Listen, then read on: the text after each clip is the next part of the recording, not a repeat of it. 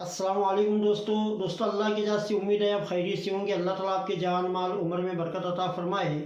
دوستو مولانا منظور منگل ان کا ویڈیو کلپ اور مولانا طارق جمیل صاحب کا ویڈیو کلپ، دو ویڈیو کلپ میں لے کر آیا ہوں۔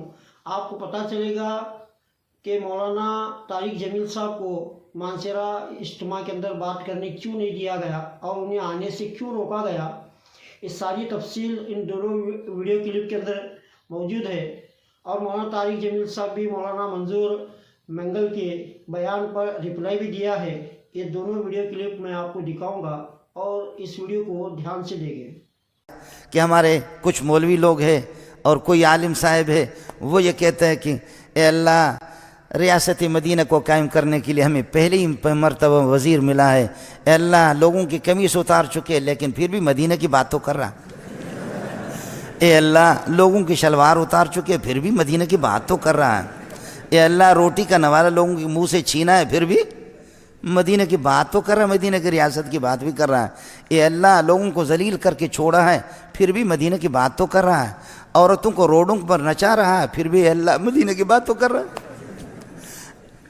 میرے مزاج میں اب اس کو لے کر کے اللہ آپ کا بھلا کرے، ایک مولوی صاحب کے ساتھ انہوں نے لگا دیا، مولوی صاحب کو کہا کہ تیرا مذاق اڑایا ہے، تبلیغ کا مذاق اڑایا ہے۔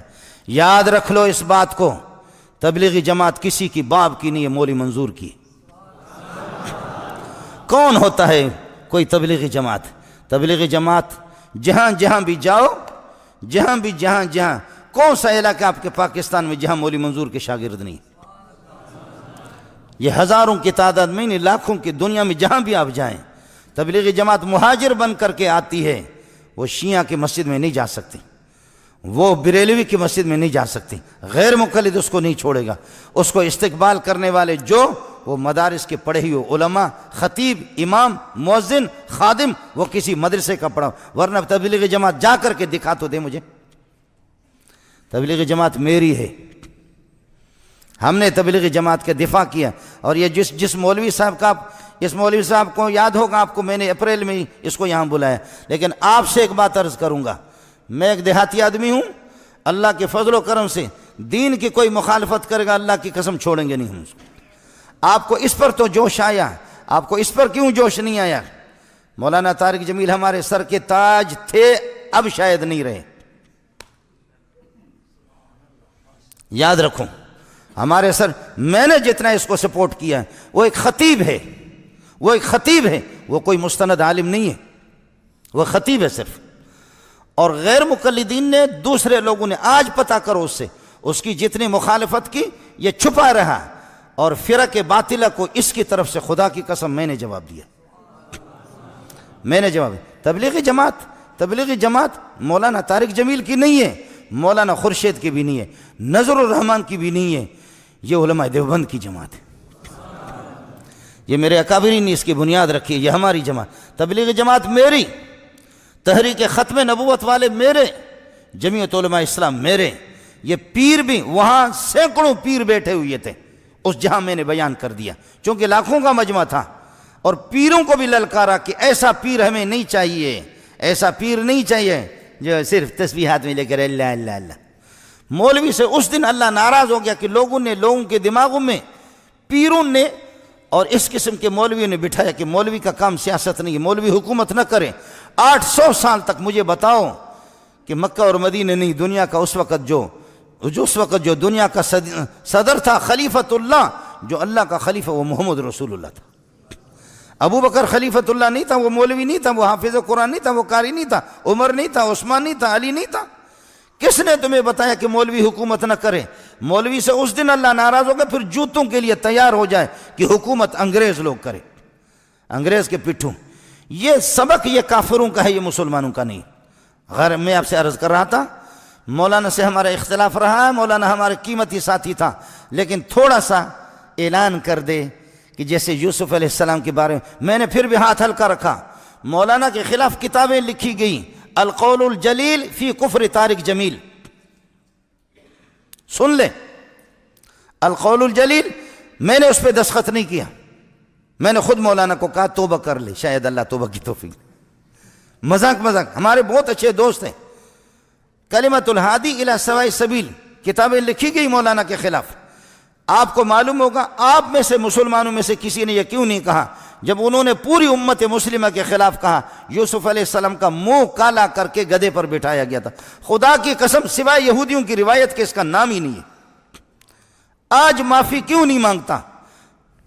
آج معافی مانگے میں پوری دنیا کے سامنے اس کے پاؤں پہ جا کر کے پڑوں گا. ورنہ بریلوی سے پتہ کر لے، جماعت اسلامی سے پتہ کرے، اہل حدیث سے پتہ کرے، دیوبندیوں سے پتہ کرے، تبلیغی اکابرین سے معلوم کر لے کس مسلمان نے لکھا. یہودیوں کی ایک روایت تھی، میں نے حضرت کو یہاں بھی لکھ کر کے دیا، یہاں اس میں کئی دفعہ اس کو سمجھایا کہ اللہ کے لیے کچی باتیں نہ کرو، قرآن بھی دیکھا کرو اور حدیث دیکھا کرو. اس کی کوشش یہ ہوتی ہے کہ کچی باتیں بیان کرنا.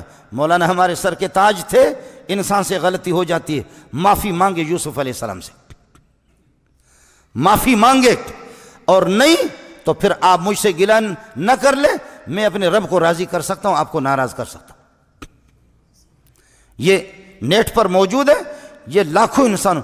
پھر بھی سعودیہ کے علماء نے کافر قرار دیا، میں نے کافر نہیں کہا. آپ سعودیہ کے علماء کے بالکل موجود ہیں، انہوں نے کافر تک بھی قرار دیا کہ یوسف علیہ السلام کی توہین کیوں کی اس طرح. اس لیے خطیبوں کا مسئلہ الگ ہوتا ہے. میں نے مولانا کا نام لیا بھی نہیں ہے. اب خواہ بعض لوگ کھینچ کر کے تبلیغی جماعت کا وارث میں ہوں، میرے شاگرد ہزاروں تبلیغ میں ہیں. علماء وہ بھی کچے لوگ نہیں ہیں، علماء علماء علماء علماء. یہ جن تم خطیبوں کی بات کرتے ہو، ہم ایک عالم اگر کسی جگہ بھیجتے ہیں اس پوری دنیا میں انقلاب لاتا ہو. میں علماء پڑھاتا ہوں، 100 طلبہ میرے شاگرد نہیں ہیں، 200 بھی نہیں ہیں. گزارش یہ تھی، ہم نے مولانا کی مخالفت نہیں کی ہے. اچھا آپ لوگ ناراض بھی نہ ہو جاؤں، بعض مولوی اس قسم کے ہیں ہمارے، سبحان اللہ الیاذ باللہ. میں آپ کو نام بتا دوں گا، مجھ سے ملیں، ان سے صرف یہ تقریر کرا دو جیسے کہ یہ آپ کے سامنے میں کہہ رہا ہوں، قادیانی مرتد ہے، بے ایمان ہے، اس پہ خدا کی لعنت ہے. تم ایسی تقریر کرا دو کہ قادیانی پہ لعنت، مجھ سے انعام لے لو. ناراض نہیں ہونا، نام میں دے دوں گا، آپ صرف یہ بیان کرا دیں ان سے. اس لیے کہ مرتد کو لعنت بھیجنا ثواب ہے سب کو، سبحان اللہ، بالکل ثواب ہے. مرتد کو قادیانی کو لعنت بھیجنا، تم صرف ایک تقریر تو کرا دو، صرف 50 آدمی کے سامنے کرا دو کرا دو کرا دو. نہیں کراتے تو اپنی زبانوں پر پھر لگام لگا دو. آپ نہیں کرا سکتے، جب نہیں کرا سکتے تو پھر ایسا مسئلہ. ہم نے مولانا کی مخالفت بھی نہیں کی ہے. تبلیغی جماعت کی مخالفت کوئی کرے گا میں اس کی زبان کاٹوں گا. تبلیغی جماعت ہماری جماعت ہے، ختم نبوت ہماری ہے، مولانا فضل الرحمان ہماری. فضل الرحمان جتنا بھی گیا گزرا ہو، عمران خان جیسے کروڑوں سے میرے لیے بہتر ہے. جتنا بھی گیا گزرا ہو، عمران خان ہوتا کون ہے؟ میں ایسا ملا ہوں کہ سارے مولویوں کا دماغ بھی حیران ہو چکا ہے.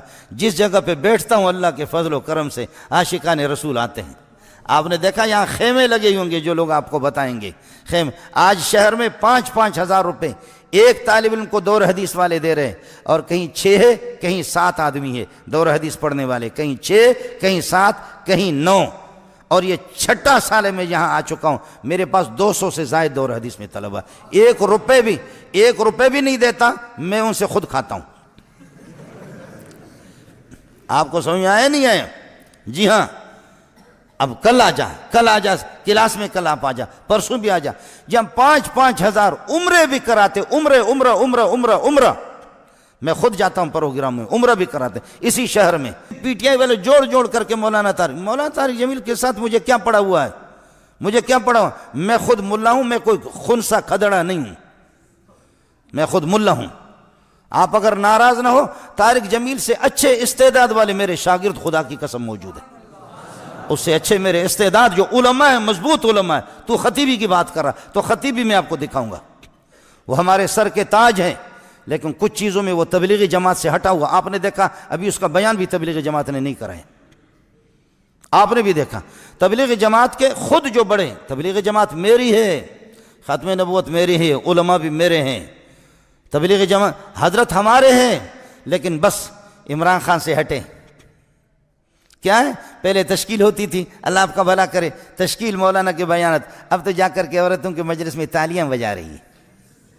اب تو اسی پہ مولانا جا کر کے یہ بہت بڑی خدمت کر رہے ہیں. یہ بہت بڑی دین کی خدمت ہو رہی ہے. اور عمران خان کو جیسے اس بے بسی میں بے کسی میں امت کے لیے ہم لوگ اٹھے تھے، اور اس بے بسی میں لوگ اللہ اللہ اللہ. ناراض نہ ہونا، میں نے اسلام آباد کی زمین سے بھی کہا ہے، اسلام آباد کی زمین تو بتا دے یہاں جب بھنگی صفائی کرتے تھے تو کیا ملتا تھا ان کو؟ سمجھ میں نہیں آیا. بھنگی جب صفائی کرتے تھے تو سمجھ میں نہیں آیا. آپ کے اخبارات نے بھی تو بتا دیا. اور میں نے کہا ہے اسلام آباد کی زمین اب تو بتا کہ تہجد گزار یہاں لاکھوں ہے نہیں. اب بتا دے کہ تہجد گزار اور کتنے علماء کتنے حافظ آ چکے. اس قسم کی پاکیزہ جماعت کو ہم تنکے جمع کر رہے ہیں. ہمیں چھوڑ کر کے جا کر کے ظالموں کے پاس جو کھڑا ہوگا، اگر کوئی جملہ میں نے کہا بھی نہیں ہے لیکن اگر کسی نے کہہ دیا تو ناراض نہ ہو جا. اس لیے یوسف علیہ السلام والا حضرت کے آپ کو یاد ہوگا سب سے پہلے میں نے اس کی مخالف تقریر کی یوسف علیہ السلام والے مسئلے میں، لیکن کسی کو ہمت نہیں ہے. آج معذرت کر لے لوگوں کے امت کے سامنے کہ میں نے غلط کہا ہے، میں معافی مانگتا ہوں اپنے رب سے. یوسف علیہ پھر بھی ڈٹا رہا. اس کے مرید کہتے ہیں کہ نہیں اس سے کوئی غلطی نہیں ہوتی. اس لیے گزارش یہ ہے کہ ہمارا اپنا کام ہے. ہم نے مولانا کی مخالفت کی بھی نہیں ہے اور میرا رابطہ ان سے تھا اور ہے اور رہے گا. لیکن بعض لوگ یہ درمیان میں کھینچ کر کے ہمارے درمیان میں منافرت پیدا کرتے ہیں. اللہ تعالیٰ ایک ان کو ہدایت عطا فرمائے. کچھ علماء نے پیچھے جو مجھے گالیاں نکالی، اللہ کا شکر ہے میرے دل پر اس کا کوئی اثر نہیں. نہ میں نے اس کے رد عمل میں کوئی اس کے برابر لیول کی بات کی. ان کے چونکہ سوشل میڈیا پر سب کو معلوم ہے تو اس لیے میں نام لے دیتا ہوں، ورنہ توبہ. مجھے تبلیغ والوں نے اس سے زیادہ ستایا. میں نے کبھی کسی کا نام آپ سے لیا چونکہ وہ نیچے والی آپس کی بات. اب یہ سوشل میڈیا پر منظور مینگل صاحب بد اخلاقی کا مظاہرہ کر رہے ہیں تو اللہ کا شکر ہے میرے دل میں رد عمل میں ایک رتی چھوڑ ایک حبۃ و خردل کا 1000واں حصہ بھی میرے دل میں کوئی رد عمل نہیں، بلکہ ان کی عزت ہے کہ اہل علم ہیں. واللہ میں آپ کو قسم اٹھا کے کہہ رہا ہوں. پھر انہوں نے وہ یوسف علیہ السلام والی بات کو عنوان بنا کر جو میری کلاس لی کہ اس نے گستاخی کی ہے اور یہ اعلان ہمارے پاس آ کے توبہ کرے. سہون کوئی نکل جاتی ہے بات، اس کو گستاخی نہیں کہتے. اصل میں نے روایت تو صحیح بیان کی جو قرطبی میں بھی ہے، رازی میں بھی ہے کہ آپ کو گدھے پہ سوار کرایا گیا اور شہر میں پھرایا گیا اور کہا گیا ھذا جزاء من خان سیدہ. آپ پڑھ لیں سارے اس میں. ٹھیک ہے تفسیری روایات اس درجے کی نہیں ہوتی، لیکن اگر رازی قبول کر رہے ہیں، قرطبی قبول کر رہے ہیں تو میں کیڑی شیاں نہیں. تو اس میں نے سہون یاد نہیں رہا، میں نے کہہ دیا چہرے کو سیاہ کیا گیا. تب اس کی ظنوا بالمؤمنین خیرا کتنی بڑی حدیث ہے. اجتنبوا کثیرا من الظن ان بعض الظن اثم. مولی عدنان صاحب نے اس کا بڑا خوبصورت ترجمہ کیا کہ میرے ذہن میں یہ نہیں تھا. یہ میں اپنے چھوٹوں سے بھی سیکھتا ہوں، بڑوں سے بھی سیکھتا ہوں. تو انہوں نے ترجمہ کیا کہ مجھے لگتا ہے کہ یہ اللہ تعالیٰ کہہ رہا ہے کہ بدگمانی سے بچو، کہ بعد الظن کچھ بدگمانیاں نہیں، بلکہ یہاں یوں لگتا ہے کہ اللہ کہہ رہا ہے کہ تھوڑی سی بدگمانی بھی بڑا گناہ ہے. اگر سبحان اللہ، بیٹا کیا خوبصورت ترجمہ کیا آپ نے. تھوڑی سی بدگمانی بھی وہ تمہارے دل کو کھٹا کر دیتی ہے. اور امام ابو حنیفہ رحمۃ اللہ علیہ کی طرف منسوب ہے، میں نے خود نہیں پڑھا، مفتی احمد علی صاحب شاید ان کی نظروں سے گزرا، کہ کسی میں 100 باتیں کفر کی ہوں اور ایک ایسی ہو جس کی میں تعویل کر کے اس کے اسلام کو بچایا جا سکتا ہے، تو اس ایک کی تعویل کو قبول کر کے 99 چیزوں پر پانی پھیر دو. مفہوم یہ ہے. تو جس ہستی کے فتویٰ کو کہ ہم پیروی کرتے ہیں وہ یہ فرما رہے ہیں،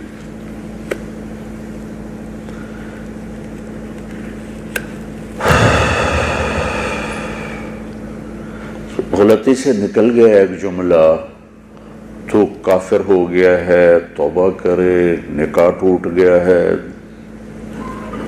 کیا عجیب بات ہے.